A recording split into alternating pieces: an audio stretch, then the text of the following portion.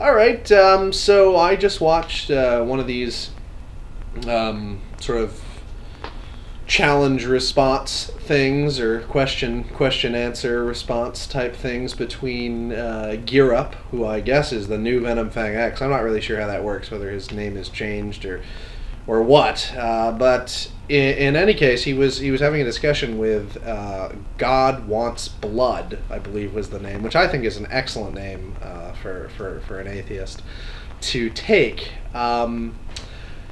Anyway, the topic or question was basically whether or not God will be just to the unknowing, which is something to me, which is really weird that an atheist would want to know the answer to that question, unless, of course, they were that kind of atheist that really believes against. It comes from an active place of belief, and that's where this that concept comes from.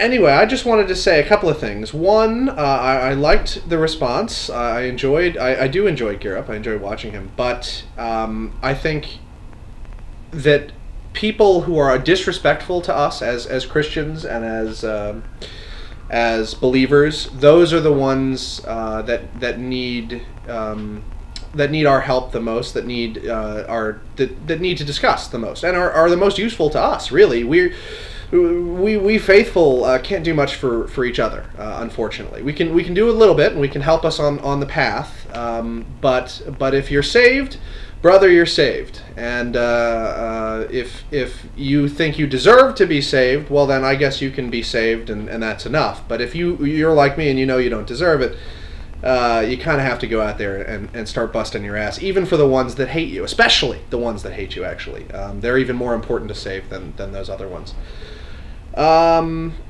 Also, I wanted to say that for those that don't know God's laws, and they do exist, there's a quote in Romans which I turn over in my head a lot about how the powers that be are extensions of God's will, the will of the state, and the will of all powers, all authoritative powers that exist in the real world are direct extensions of the will of the One, the Almighty controller of everything. So for those people that are unaware of the scriptures, or unaware of the truth and the way, they still live in this world, and they still live under the authority of the Almighty. All people have the opportunity, have the ability, the free will, this is our belief, have the free will to choose to either follow that authority, to respect the powers that are, or to disrespect them. In this way, there is still an accounting of good and evil. There is still a moral basis for judgment. And those people that live righteous lives will go on to receive the reward that they deserve, and those that do not will not. I personally believe that at the end times there is a process via which the non-believers as well as the Jews are given the opportunity to ask for Jesus's forgiveness, to ask for Jesus' help, with the understanding that without his help there is no salvation. There's no possibility of salvation. But that's a personal belief, and I won't know if it's true until I see it myself. So that's it. I can't find it.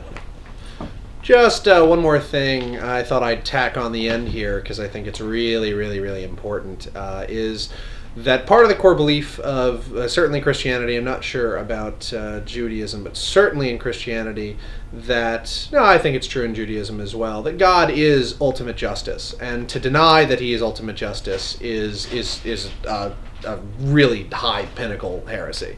So for a just God and an all-merciful God to allow an innocent person to pay a price for their guilt, is inconsistent. It couldn't be. It never could be. So the hypothetical is really preposterous based on that alone.